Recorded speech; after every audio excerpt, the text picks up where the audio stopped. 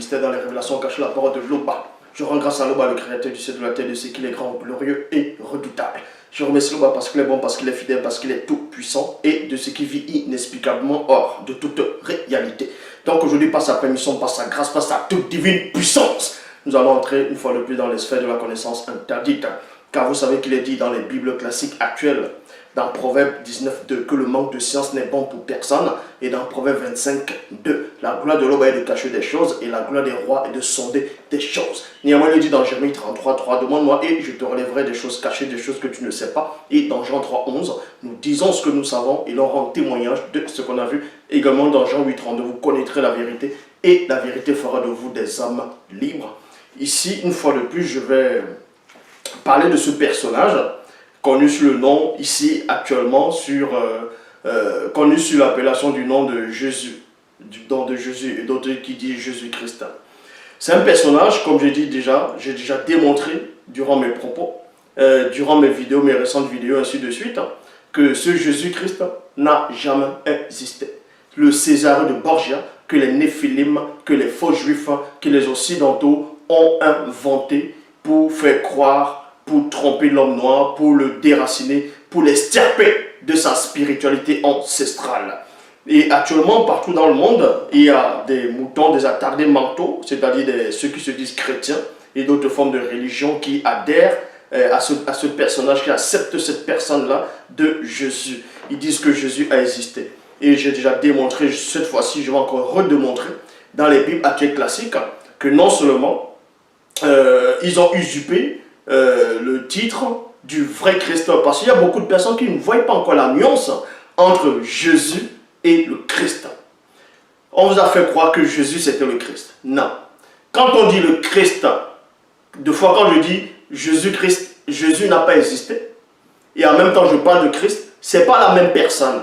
Il faut d'abord savoir la définition du mot Christ.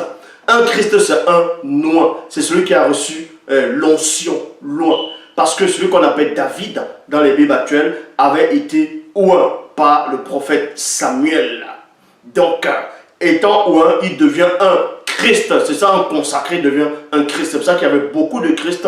Mais, ne pas confondre Jésus, le personnage inventé, et le Christ. Le Christ ne savait pas dire Jésus. Enlevez ça de votre tête. Si je parle de Christ, du vrai Christ, je ne suis pas en train de dire qu'il y a un vrai Jésus-Christ. Non. Jésus-Christ n'existe pas. Ça, je l'ai démontré. Et je vais encore vous le redémontrer maintenant. Pour cela, on va commencer par la généalogie d'abord de ce Jésus-là. Beaucoup de personnes doivent vérifier. Parce que déjà le titre, ça va troubler beaucoup de gens qui vont dire mais il est en train de parler contre Jésus, donc il est en train de blasphémer, c'est l'antéchrist, d'autres vont dire antichrist, d'autres vont dire c'est un blasphémateur, ainsi de suite, sans toutefois savoir du pourquoi et du comment.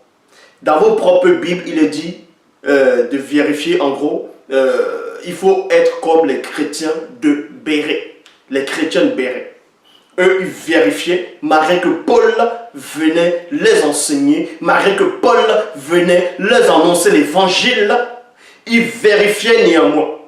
C'est pour cela qu'il est dit dans Jean 3.11, nous disons ce que nous savons et l'on rend témoignage de ce qu'on a vu. Donc ici, vous allez vérifier après moi. Il n'y a que des moutons, des attardés mentaux qui vont mettre le pouce à l'envers, en dessous, parce que ce sont des idolâtres. Pour cela, on va dans Matthieu chapitre 1, verset 1 à 2. Dans Matthieu chapitre 1, verset 1 à 2, nous allons parler de la généalogie de ce Jésus ici. Là. Avant de connaître quelqu'un, il faut plonger dans son histoire. Il faut entrer dans sa généalogie. Et c'est uniquement dans sa généalogie que vous apprenez, dans la généalogie que vous apprenez, si telle personne a réellement existé, ou bien qui est réellement cette personne. Vous allez voir qu'il y a deux gros mensonges. Il y a beaucoup de mensonges sur l'existence de Christ, de ce Jésus. Mais il y a néanmoins deux gros mensonges sur ce personnage-là.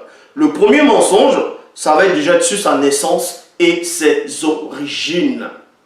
Et le deuxième mensonge, ça va être sur ce qu'ils ont fait croire aux gens, que ce Jésus, il est saint, il n'a jamais péché, ainsi de suite.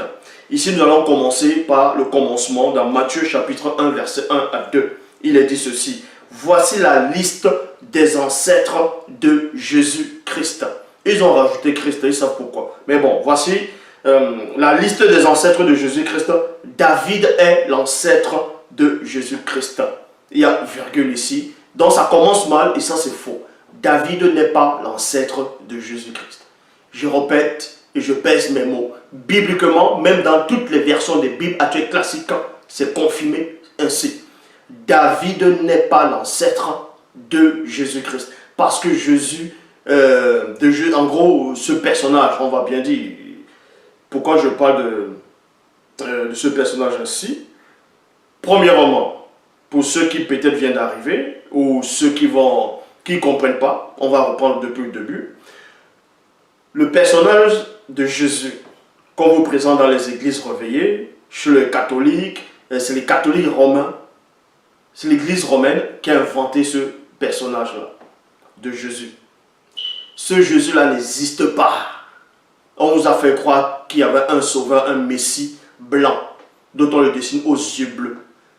C'est l'image, c'est la reproduction du personnage qui existait, qui s'appelait Césarée de Borgia. Et ce Césarée de Borgia, selon l'histoire, c'était le fils d'un pape. Et Césarée de Borgia, c'était un homosexuel. C'est pour ça que les prêtres catholiques sont atteints par le même esprit. Mais bon, ce personnage de Jésus n'existe pas. Les Occidentaux sont venus en Afrique, ils ont su qu'il y avait l'existence d'un vrai Christ qui n'a rien à voir avec Jésus. Je répète, l'existence d'un vrai Christ noir africain qui n'a rien à voir avec Jésus. Ils ont juste pris son histoire, ils ont changé les noms, ils ont changé les lieux de naissance, ils ont changé tout sur sa généalogie. Et c'est pour cela qu'ils ont fait des Bibles actuelles classiques. Et c'est en cela où il y a beaucoup de confusion, il y a des mensonges, il y a des contradictions dans toutes les versions des Bibles actuelles classiques. Donc, c'est donc le pourquoi je suis là pour rétablir cette vérité originelle. Donc, pour cela, on va commencer, comme j'ai dit, dans Matthieu chapitre 1, verset 1 à 2. On parle de la généalogie de Jésus. Et vous voyez que dans cette généalogie, il commence déjà par un gros mensonge. Puisqu'ils vous disent ici, voici la liste des ancêtres de Jésus-Christ. David est l'ancêtre de Jésus-Christ. Ça c'est faux. David n'est pas l'ancêtre de Jésus. Pourquoi? Parce que Jésus ne vient pas de la lignée, je dis bien selon la Bible actuelle classique. Jésus ne vient pas de la lignée de David. Donc David lui vient de la lignée de Juda. Jésus n'est pas de Juda. Je dis bien, même si dans d'autres passages on dit qu'il est le fils de David, que même dans le livre des Hébreux, on dit que Moïse n'a pas fait mention de quelqu'un de la tribu de Juda. De Juda comme, on va dire, un grand prêtre. Mais on vous dit, on vous fait passer, on vous fait croire que Jésus est le fils de David, en gros, est un descendant de David, de la lignée de David, donc de Juda. Et ça, c'est faux. On va même vous le démontrer dans la généalogie. Donc, et ensuite on vous dit Abraham est l'ancêtre de David. Oui, Abraham est l'ancêtre de David. Ça, selon les Bibles actuelles, ça c'est normal. Mais David n'est pas l'ancêtre de Jésus. Et ça, on va vous le démontrer. Donc, on poursuit dans la généalogie. Abraham est le père d'Isaac. Écoutez attentivement. Vous pouvez vérifier dans toutes les versions. Vous prenez le livre de Matthieu, même Luc, vous allez voir de là, vous prenez Matthieu. On vous dit, Abraham est le père d'Isaac. Ça c'est normal, mais nous savons que Isaac n'est pas le premier fils d'Abraham, selon les Bibles actuelles classiques, c'est Ismaël. Mais ils ont écarté Ismaël, ils savent pourquoi. Bon, et moi aussi je sais pourquoi. Mais bon, Abraham est le père d'Isaac, Isaac est le père de Jacob, Jacob est le père de Judas et ses frères. Il y a point. Remarquez ici que quand ils écrivent la généalogie, ils savent exactement ce qu'ils sont en train de faire. Donc, ils commencent ici, ils disent, Abraham est le père d'Isaac, Isaac est le père de Jacob, Jacob est le père de Judas et ses frères. Or, nous savons, donc on vous prépare déjà mentalement pour que vous puissiez accepter le mensonge. Déjà, premièrement, Judas n'est pas le premier fils de Jacob. Parce que ici, on l'a mis ici, on dit Jacob est le père de Juda et ses frères. On vous fait, donc c'est déjà pour vous préparer mentalement, psychologiquement, de faire croire que Juda est le premier fils de Jacob, que Juda est tellement important que c'est par là où le Christ doit sortir. Et ça, c'est faux. Donc, vous voyez, Juda est le quatrième fils de Jacob. Où est cela dans Genèse chapitre 28 au verset 35. Je répète, Genèse 28, verset 35. Juda est le quatrième fils de Jacob.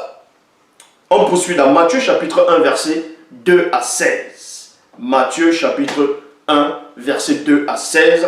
Dans Bible Parole de Vie, il est dit, Abraham est le père d'Isaac, Isaac est le père de Jacob, Jacob est le père de Juda et ses frères. Point. Juda est le père de Pérez et de Zara, virgule, les mères est Tamar, point. Donc Juda a eu des rapports sexuels avec sa belle-fille en pensant que c'était une prostituée. Donc on vous fait croire déjà que votre soi-disant sauveur sort déjà d'une lignée déjà de débauche et une lignée des gens qui sont remplis, on va dire, de confusion. Mais bon, Abraham est le père d'Isaac, Isaac est le père de Jacob, Jacob est le père de Juda et ses frères, Juda est le père de Pérez et de Zara. Les mères est Tamar. Pérez est le père de Esron est le père de Ram. Ram est le père d'Aminadad, Aminadad est le père de Nachshon, Nachshon est le père de Salma, Salma est le père de Boz, Boz est le père de Rahab, Boz est le père, Boz est le père d'Ophab. La mère d'Ophab est Ruth. Ophab est le père de Jessé. Donc on poursuit. Jessé est le père du roi David. Donc David sort bel et bien, selon les Bibles classiques, de la lignée de Juda. Juda qui est le quatrième fils de Jacob. Vous voyez, là c'est la généalogie. Écoutez attentivement. Donc, Jessé est le père du roi David. David est le père de Salomon, virgule. La mère de Salomon était la femme d'Uri. Selon les Bibles classiques, David a commis l'adultère. Il a fait tuer le mari, a fait tuer Uri. Uri plutôt. Et ensuite, il a pris cette femme, il a couché avec cette femme. Il y a un enfant qui était né, mais cet enfant, on vous dit que Dieu l'a fait périr. A fait périr l'enfant par rapport à la faute que David avait commise. Et le deuxième enfant qui est né de cette union, c'était Salomon. Donc, vous voyez déjà la lignée de Juda, c'est que l'inceste, c'est que la débauche, c'est que les plaisirs sexuels, ainsi de suite, désordonnés. Donc, on poursuit. Salomon était, voilà, la mère de Salomon était la femme d'Uri. Salomon est le père de Roboam. Roboam est le père d'Abia. Abia est le père d'Assa. Assa est le père de Josaphat. Josaphat est le père de Joram. Joram est le père d'Ozias. Ozias est le père de Yotam.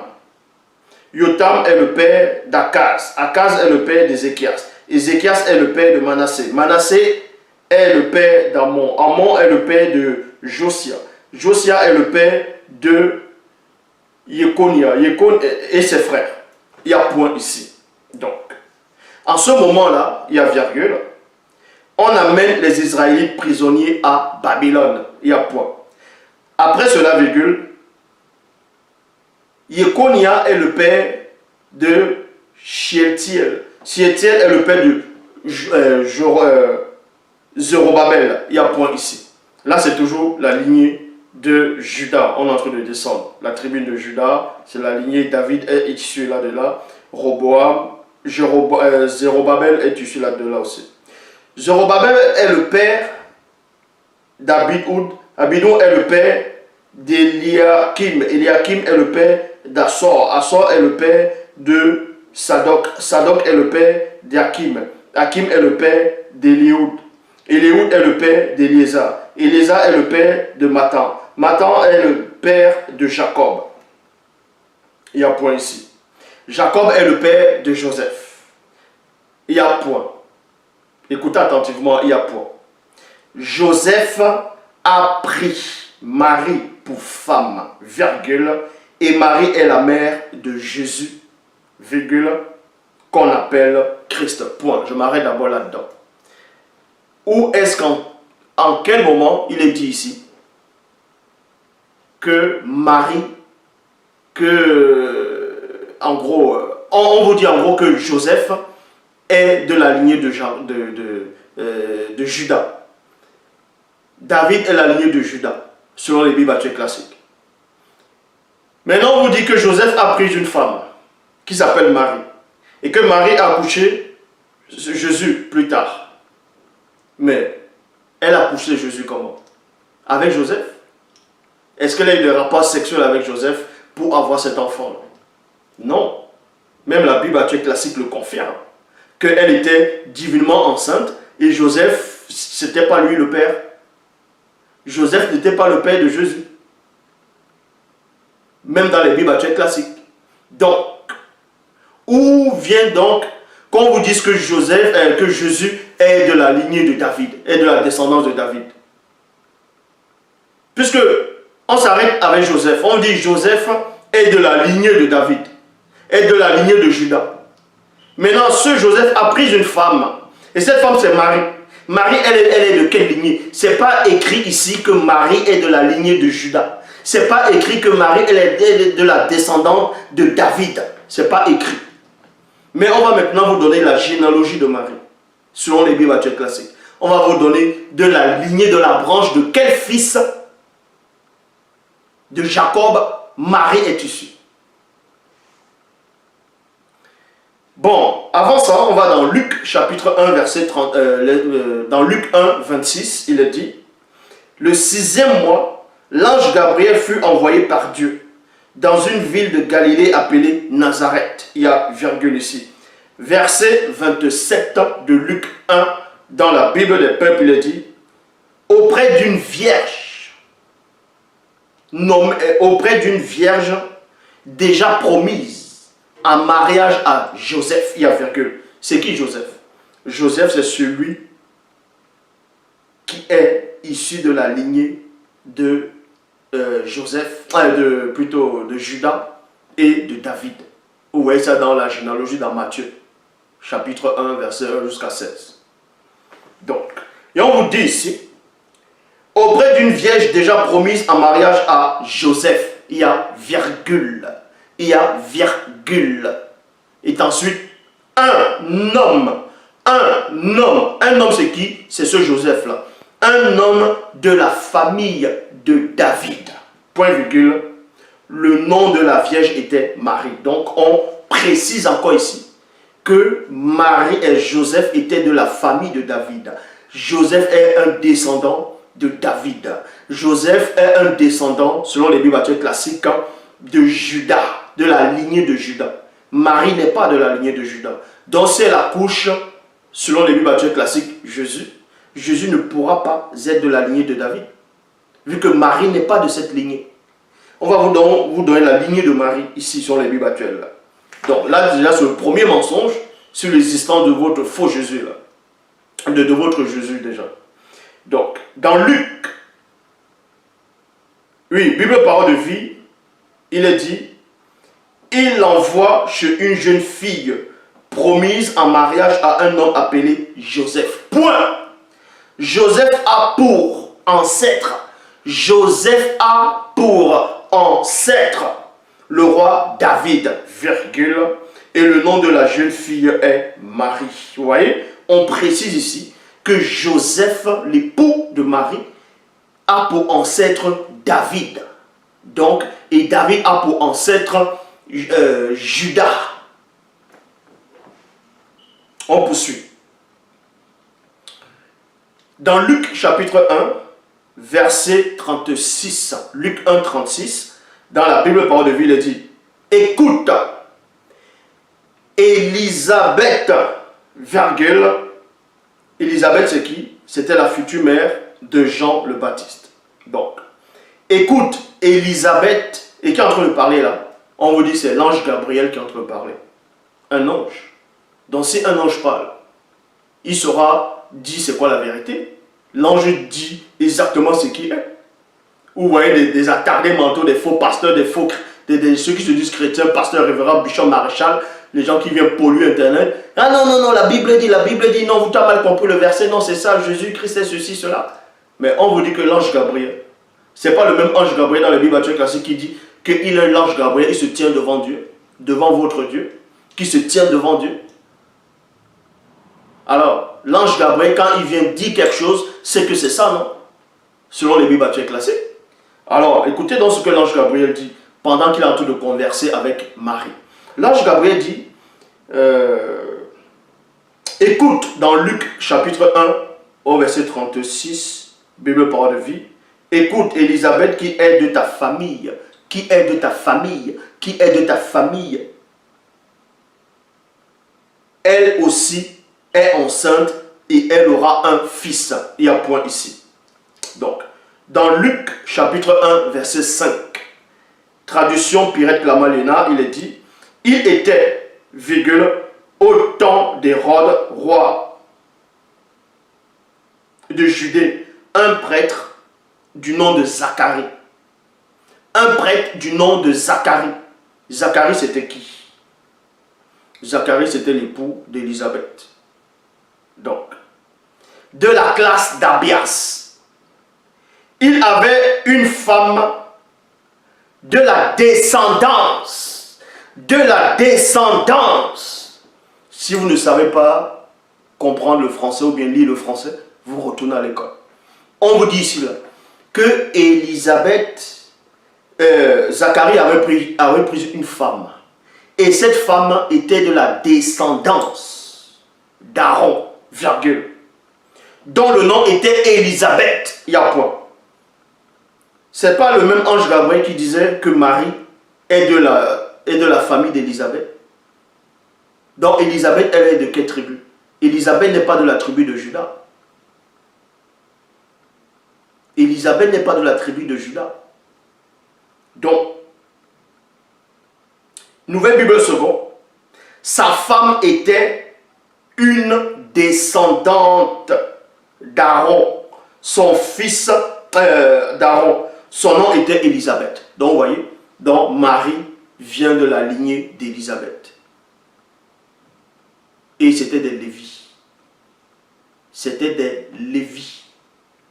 Donc, selon les Bibles actuelles classiques, le personnage de Jésus, je dis bien selon les Bibles actuelles classiques, est de la lignée de sa mère. Puisque c'est sa mère qui l'a accouché. Ce n'est pas Joseph. Ce n'était pas la semence de Joseph qui est entrée dans Marie pour faire sortir l'enfant.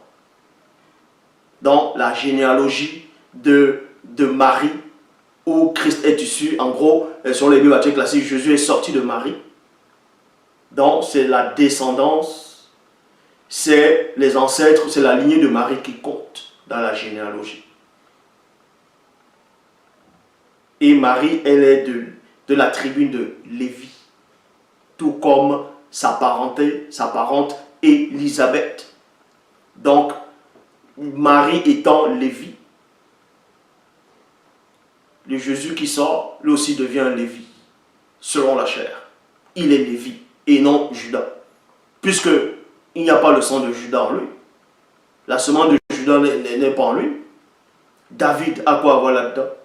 Joseph est de la lignée de David. Joseph est de la lignée de Judas. Et Joseph n'a pas eu de rapport sexuel, selon les Bibles actuelles classiques, avec Marie pour avoir votre faux Jésus là.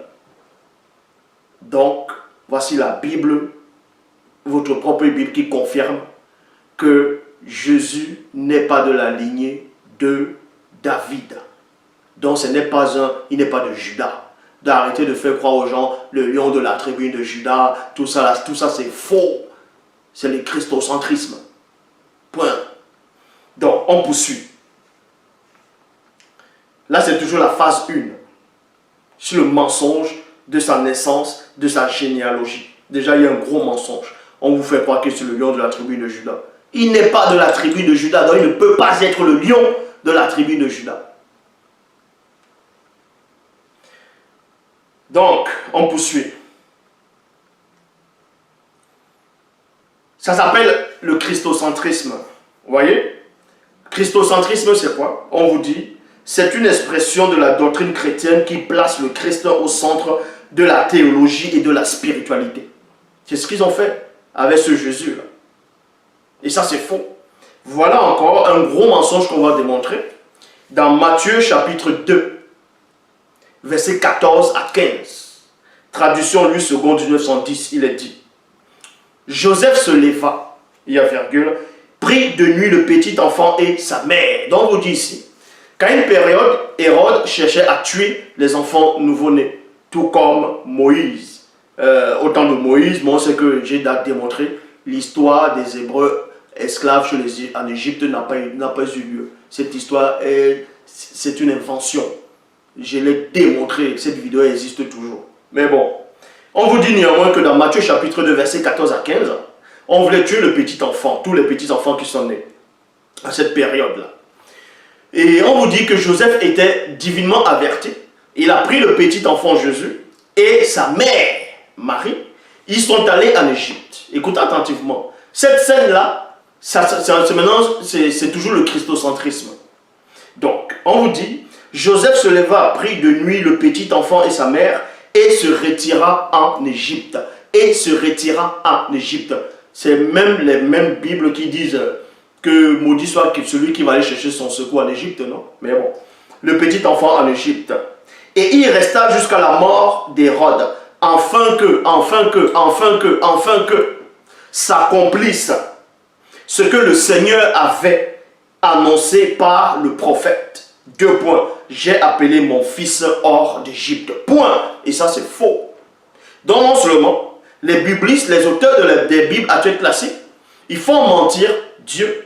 Ils font croire que Dieu avait donné une prophétie par un prophète sur le petit enfant Jésus, qu'on va l'envoyer en Égypte à un certain moment donné, et ensuite on va le retirer de l'Égypte pour que la prophétie puisse s'accomplir, qu'il ait dit, j'ai appelé mon fils à sortir d'Égypte. Nous allons donc voir ce prophète, où est-ce qu'il a prophétisé, et vous verrez que quand il a prophétisé, ça s'adressait nullement à ce Jésus-là. Est-ce que vous comprenez? Donc c'est encore un autre mensonge. La prophétie se trouve dans Osée, chapitre 11, verset 1. Osée 11, 1. Bible parole de vie dit, le Seigneur dit, 2 points, quand Israël, Jésus c'est pas Israël, Jésus n'est pas Israël. Donc quand Israël était jeune, virgule, je l'ai aimé. Il y a une virgule ici. Et je l'ai appelé. Et on a appelé Israël, le petit Israël. Et je l'ai appelé, virgule, lui qui? Israël. Lui, virgule, mon fils, il y a virgule, a sorti d'Égypte, il y a point. Donc, les auteurs de Matthieu 2,15, ils vont prendre cela, ils vont prendre cette prophétie, ils vont faire croire que ça, ils vont tourner cela pendant le concile de Nicée pour tout trafiquer l'histoire. Ils vont faire croire que cette prophétie d'Osée 11, 1, s'adresse au petit enfant dont fait allusion dans Matthieu 2,15, qui est allé se réfugier en Égypte avec son père et sa mère, et ensuite on les a fait ressortir pour que cette prophétie puisse se réaliser. Et déjà, ça ne s'est pas réalisé parce que ce Jésus-là n'a jamais existé. N'a pas existé. Donc, c'est le premier point. Parce que c'est le christocentrisme. C'est un mensonge volontaire pour faire croire aux gens que Jésus existe et que même les prophètes ont prophétisé sur lui. Donc, vous pouvez donner tous les versets que vous voulez dans Ésaïe 9,5, un enfant nous est né, un fils nous est donné, la domination reposera sur son épaule, on l'appellera admirable conseiller, Dieu puissant, Père éternel. Ça c'est faux, ça c'est faux. J'ai déjà démontré que même dans Ésaïe, là, selon les Bibles actuelles classiques, on ne parlait pas de votre Jésus. Là. Toujours dans le livre d'Ésaïe, on démontre à qui la domination va se reposer. Ce n'était pas sur ce Jésus-là. Donc vous pouvez donner tous les versets dans le livre des Psaumes. Je suis la seule personne qui connaît l'explication des Bibles, de toutes les Bibles, de la Bible. Donc, Matthieu 2,15, c'est un mensonge, puisque Il n'est pas là en Égypte pour le faire sortir pour que Osée 11, 1 puisse le réaliser. Puisque dans Osée 11, le prophète là n'a pas prophétisé sur un enfant Jésus, il a prophétisé sur le peuple d'Israël. Est-ce que vous comprenez? Il a prophétisé sur le peuple d'Israël qui allait en Égypte. Et là-bas, là, on l'a fait sortir. Vous pouvez bien lire Osée. Mais sauf que cette prophétie même, dans Osée, c'est faux. Parce que j'ai démontré aussi que c'est faux. Parce que les enfants d'Israël n'ont jamais subi l'esclavage en Égypte. Cet esclavage-là n'a jamais eu lieu. Je l'ai démontré. Ça, c'est encore un... Donc, ils ont pris un mensonge pour faire encore un autre mensonge. Bible en français courant. Quand Israël était jeune, virgule, je me suis mis à l'aimer, dit le Seigneur, virgule, et je l'ai appelé, il y a une virgule, lui, mon fils, virgule, à sortir d'Égypte. Osée, chapitre 11, verset 2. Ça poursuit par rapport à celui qu'on a fait sortir d'Égypte. Dans Osée, chapitre 11, verset 2, Bible de la liturgie, quand je l'ai appelé, virgule, on a appelé qui? Le petit enfant. On a appelé qui? Le jeune Israël. Quand je l'ai appelé, il s'est éloigné pour sacrifier au Baal et brûler des offrandes aux idoles. Montrez-moi donc un passage dans les Bibles actuelles classiques où on dit que ce Jésus-là, quand il est sorti de l'Égypte, il allait adorer les Baals. Puisque c'est deux petits enfants. Donc, quand vous lisez un passage, ne prenez pas juste un verset qui vous arrange, vous oubliez la suite. Donc, ça c'est un mensonge. Donc, ça c'est le premier point. Déjà, le premier point, il y a déjà un mensonge sur sa généalogie.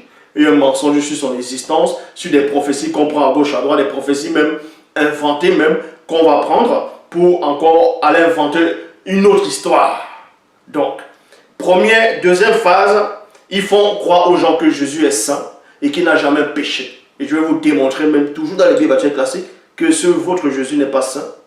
Et il a péché et il a menti volontairement. Oui, c'est écrit.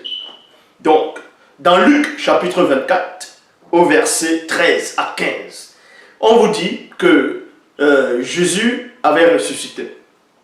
Qu'il avait ressuscité. Et qu'il était... il a ressuscité.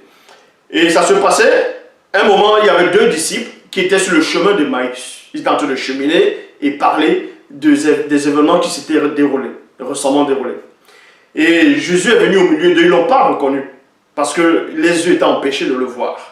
Donc dans Luc chapitre 24, verset 13 à 15, il est dit, le même jour, deux disciples faisaient route vers un village appelé Emmaüs. Il y a virgule ici. À 2 heures de la marche de Jérusalem, et ils allaient entre eux de tout, et ils parlaient entre eux de tout ce qui s'était passé.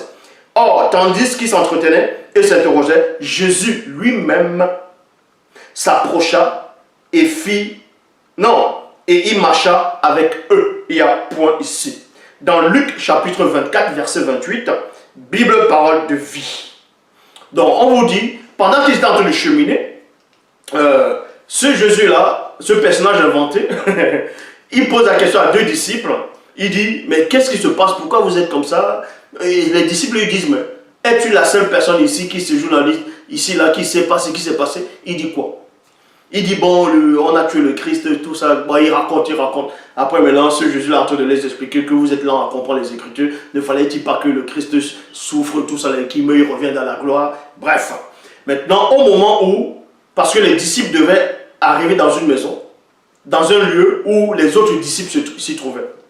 Et en cours de chemin, voilà ce qui va se passer, où ce Jésus-là va mentir volontairement à tous ces pasteurs, à tous ceux qui se disent pasteurs, révérends, bishop, maréchal, apôtre, diacre, prophétesse, chrétien, ou croyants, peu importe. Votre Jésus, c'est menteur. Parce que Satan, c'est Satan qui est derrière. Jésus-Christ n'existe pas. Donc, le passage le démontre ici. Donc, on vous dit dans Luc chapitre 24, verset 28, Bible, parole de vie, ils arrivent près du village où les disciples devaient aller. C'était dans un village. Il y a point. Jésus fait semblant. Jésus fait semblant. Est-ce que c'est Zoula qui a écrit ça là? Non. Est-ce que c'est Zoula qui a écrit ça là? Non. C'est les auteurs des Bibles. N'est-ce pas? Beaucoup disent que non, Luc avait le Saint-Esprit. Mais ce n'est pas le même Luc qui dit dans Luc chapitre 1, verset 1 à 3. Plusieurs ayant entrepris de composer des récits des événements qui sont accomplis parmi nous, il m'a aussi semblé bon après avoir fait des recherches exactes et de te les exposer par écrit d'une manière suivie, excellent Théophile. Mais bon, Jésus, on vous dit ici, Jésus fait semblant d'aller plus loin. Donc il a fait semblant d'aller plus loin, alors qu'il voulait aller dans ce village-là, aller voir les autres disciples. Mais il a fait semblant d'aller plus loin. Mais vous n'avez pas besoin de sortir de Saint-Cyr, d'Harvard. Vous n'avez pas besoin d'avoir la licence en chimie ou bac plus 6 pour comprendre ce qui veut dire faire semblant. Faire semblant, c'est quoi? Faire semblant, c'est d'adopter un comportement en vue de tromper quelqu'un. C'est ça, faire semblant. Faire croire une chose fausse. Donc, par son comportement, par ses gestes, il a menti. Il a fait semblant d'aller plus loin. Donc, c'était un mensonge, alors qu'il voulait pas aller plus loin. C'était un mensonge. Il a fait semblant. Donc, Jésus, c'est un menteur. Et c'est pas fini. Bible de la liturgie, Jésus fit semblant d'aller plus loin. Maintenant, il y a des Mongols. Bon, Bible des peuples, il fit semblant d'aller plus loin. Bible en français courant, Jésus fit comme s'il voulait poursuivre sa route, il n'y a point. Maintenant, il y a des Mongols qui ne savent pas lire le français. Ils vont lire dans d'autres versions où c'est écrit il frémit d'aller plus loin. Ils ne savent même pas ce qui veut dire frémir. Ils vont dire, vous voyez, ce n'est pas écrit semblant. Mais sérieux, si vous ne savez pas des mots, vous tapez les définitions. Vous vous renseignez. Donc, ici, dans traduction Abbé Rillet, il est dit, et ils approchaient du village où ils se rendaient, virgule, et lui-même c'est qui? C'est Jésus. Frémit de se rendre plus loin. Et frémir, c'est quoi? C'est freindre, qui veut dire simuler un sentiment pour tromper. Et oui.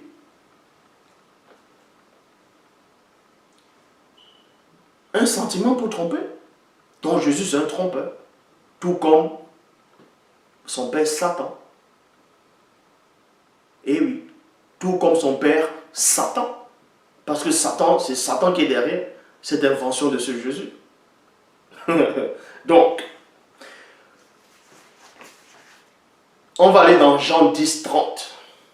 Jean chapitre 10 au verset 30. Ça, c'est beaucoup de chrétiens qui aiment citer ce passage-là. Vous voyez, Jésus a dit dans Jean 10, 30, moi et le Père, nous sommes un.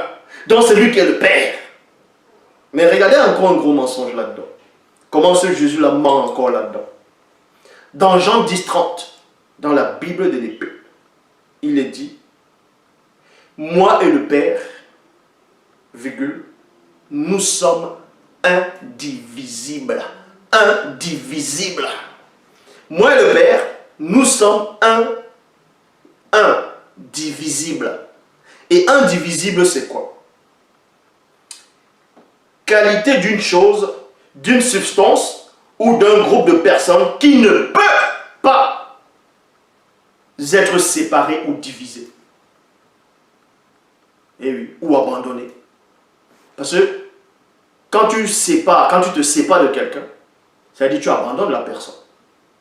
Et ce Jésus sort de sa bouche que lui est le Père, lui est votre faux Dieu, qu'il y avait Adonai Elohim l'Éternel, qui est en même temps un démon, dit que lui et ce Père-là sont indivisibles. Donc ils ne peuvent pas s'abandonner, ils ne peuvent pas se séparer. Mais c'est le même Jésus qui sort encore de sa propre bouche plus tard dans Matthieu chapitre 27, au verset 46, en disant, mon Dieu, pourquoi m'as-tu abandonné? Pourquoi m'as-tu abandonné? C'est pas le même Jésus qui disait que lui et le Père sont indivisibles. Mais mon Dieu, pourquoi tu m'as divisé? Pourquoi nous sommes divisés? Pourquoi tu m'as abandonné? Voilà encore un mensonge. On va encore donner un autre mensonge, un gros mensonge de votre Jésus, pour montrer déjà, il ne connaît pas les Écritures, parce que ceux qui ont écrit le Nouveau, ce que vous appelez le Nouveau Testament, ont pris des récits de ce que vous appelez aussi Ancien Testament, écrits par d'autres personnes, dans des écarts. Donc ils ont fait que prendre, pour dire on va faire le christocentrisme, et on va centrer ça sur Jésus, on va créer un sauveur blanc, pour dire c'est le sauveur de l'humanité. On va faire en sorte que, on va écrire là-dedans, que si quelqu'un dit que Jésus n'est pas le Christ, c'est celui-là qui est l'antéchrist. Donc on va faire en sorte que les gens puissent avoir peur, de ne même pas se poser des questions. Donc, c'est ça qu'ils vont aller dans Jean 3,13. Jean 3,13. Où ce Jésus dit, personne n'est monté au ciel. Quand il parlait à Nicodème, que personne n'est monté au ciel. Donc vous voyez de la méconnaissance. Donc on va lire ici. Dans Jean 3,13, Bible en français courant, personne n'est jamais monté au ciel, virgule, excepté le Fils de l'homme qui est descendu du ciel. Il y a deux gros mensonges et deux grosses confusions dans les propos de votre Jésus là, qui n'existent même pas. Vous allez voir. Les autres passages, je vous donne même ça cadeau. Mais de Jean 3,13 là, ça je ne laisse pas ça. Vous allez voir la confusion. Donc, déjà on vous fait croire que votre Jésus dit dans Jean 3,13 que jamais aucun homme n'est monté au ciel. Il y a virgule. Je m'arrête d'abord dans la virgule. Or, quand vous lisez dans 2 Rois, chapitre 2, verset 11, il est dit, alors qu'il continuait à marcher tout en parlant, c'était Élie et Élisée. Alors qu'il continuait à marcher en parlant, un char de feu et des chevaux de feu les séparèrent l'un de l'autre. Et Élie c'était qui? C'était un homme. Élie c'était un homme. Et Élie monta au ciel. Élie monta au ciel. Et votre faux Jésus vient, il dit personne n'est jamais monté au ciel. Et on fait croire que parce que c'est Jésus qui doit dire ça, donc 2 Rois c'est faux. Regardez encore la confusion il aurait même pu s'arrêter là. Mais il va encore l'homme qui vit inexplicablement hors de toute réalité. Quand tu viens apporter l'antivérité, il te confond par le mundi. Il envoie l'entité des châtiments en charge du domaine de la nature. Il te donne, et tu restes dans ta propre confusion. Donc déjà, il y a la première confusion. Il fait croire qu'aucun homme n'est jamais monté au ciel. Élie est monté au ciel. Enoch est monté au ciel. C'est écrit. Donc, maintenant, dans Jean 3,13 toujours, personne n'est monté au ciel. Ça, on sait que quelqu'un est déjà monté au ciel. Donc ça, c'est un mensonge. Excepté. Il dit maintenant, excepté le Fils de l'homme qui est descendu du ciel. Mais regardez encore un gros mensonge. Un truc qui n'a même pas de sens. Que beaucoup de chrétiens, de pasteurs, de révérends, de bishops, maréchals font, qui lisent, qui ne comprennent pas ce que ça veut dire. Comment quelqu'un peut se prétendre en disant personne n'est monté au ciel, excepté celui qui est descendu du ciel. Excepté le Fils de l'homme qui est descendu du ciel. Ça voudrait dire quoi? Que ce Jésus, avant de descendre du ciel, pour pouvoir plus tard remonter, il était déjà fils de l'homme dans le ciel. Il était déjà là-bas en tant que fils de l'homme. Et ça, c'est pas logique. Pour qu'on puisse te nommer fils de l'homme, il faut qu'il y ait déjà un homme. Est-ce qu'on va aller tout doucement? Pour qu'on puisse nommer quelqu'un fils de l'homme, quand on dit fils, on n'a pas dit père. On dit fils de l'homme. Ça veut dire qu'il y a d'abord un modèle, un premier modèle qui est l'homme. Et maintenant cet homme a beaucoup de fils, a beaucoup d'enfants. Et tu sors de cet homme-là, maintenant tu t'appelles fils de l'homme. Or, l'homme a été créé sur la terre et non dans le ciel. Genèse, chapitre 2, verset 7, dans la traduction Abbé Filion, le Seigneur Dieu forma l'homme du limon de la terre. Le Seigneur Dieu forma l'homme du limon de la terre. Dans d'autres versions, il forma l'homme de la poussière de la terre. Ou bien du sale. et non du ciel. On vous montre que le premier homme biblique a été créé sur la terre, donc ce n'est pas possible que votre Jésus puisse dire qu'avant de descendre du ciel, il était déjà là-bas en tant que fils de l'homme.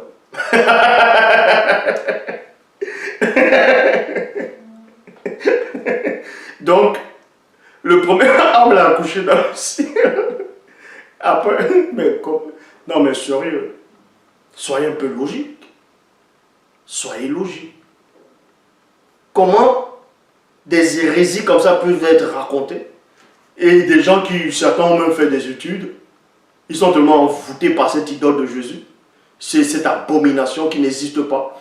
Il y a des gens qui disent, oh, fais attention, quand tu parles contre Jésus, tu parles contre le Saint-Christ, tu vas aller en enfer. C'est ton Jésus qui va m'amener en enfer. C'est ton Jésus qui peut m'amener en enfer. L'enfer n'existe pas. Ça, je l'ai démontré. Donc, arrêtez de lire vos Bibles n'importe comment. D'Apocalypse chapitre 20, verset 10. Et le diable qui les séduisait fut jeté dans le temps de feu de soufre, où sont la bête et le faux prophète seront tourmentés. Qui vous dit que l'enfer existe? Ça, je l'ai démontré, ça n'existe pas. Dans votre propre Bible, quand le peuple d'Israël brûlait, envoyait les gens à Moloch, c'est-à-dire il faisait des sacrifices humains, il brûlait les enfants, il brûlait les gens pour des sacrifices. Votre propre Bible, votre propre faux Dieu a dit quoi là-dedans? Il a dit, ce sont des pratiques qui ne sont même pas venues dans sa pensée. Donc votre Dieu a une pensée. Donc des pratiques, des choses qui ne sont même pas venues dans sa pensée. Dans la pensée de brûler quelqu'un. De livrer quelqu'un dans le tourment du feu comme ça. Certes, vous allez me parler de Sodome et Gomorrhe. Donc vous comprenez ici, Jésus-Christ n'existe pas. Parce que sa généalogie, le christocentrisme et tout ça, c'est faux. Libre à vous de croire ce que vous voulez. Et je vous le dis, l'enfer n'existe pas. Jésus-Christ n'existe pas. Votre faux Dieu que vous adorez dans toutes les religions, c'est un démon. Je le dis, le seul véritable créateur, c'est Loba, qui vit inexplicablement hors de toute réalité. Donc, dans Daniel chapitre 2, verset 11, il est dit, il y avait un roi qui avait... Bon, il était troublé. Mais on vous dit ici, la chose que le roi demande... Non, la chose que demande le roi est difficile. Il n'y a personne, en gros, il n'y a aucun homme qui puisse l'indiquer au roi, excepté les dieux, excepté les dieux dont la demeure n'est pas parmi les hommes. Donc, ça voulait dire quoi? On vous fait croire que Christ était Dieu avant de descendre sur terre. Ils vont prendre en Philippiens 2, 5 à 7 et à 9. Et on vous les sentiments qui étaient en Jésus, Christ, lequel existe en forme de Dieu, n'a pas regardé comme il peut arracher d'être égal à Dieu, s'est dépouillé, lui-même prenait forme de serviteur, devenant semblable aux hommes, ayant pareil comme un simple homme, s'est humilié, s'est rendu obéissant jusqu'à la mort et même jusqu'à la mort de la croix. N'importe quoi. C'est pas le même qui sort de sa bouche qu'il existait déjà avant de descendre en tant que fils de l'homme. Et c'est même pas logique.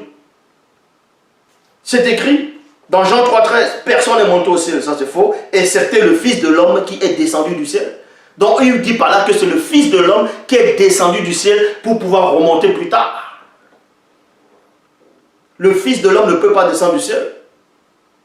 Ça voudrait dire que le premier homme, qui est le père de tous les fils des hommes, aurait été créé directement, même son corps physique, dans le ciel, ou bien dans votre royaume des cieux.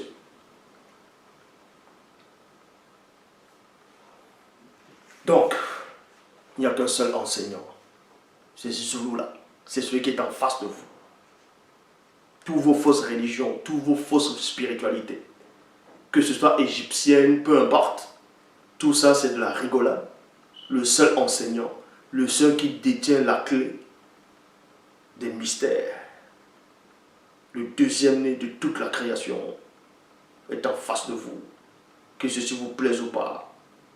Et je décide qui c'est qui va entrer ou qui va rester dehors. Je le dis. Quand je dis je, Dieu qui dit je. Loba, c'est encore glorifié.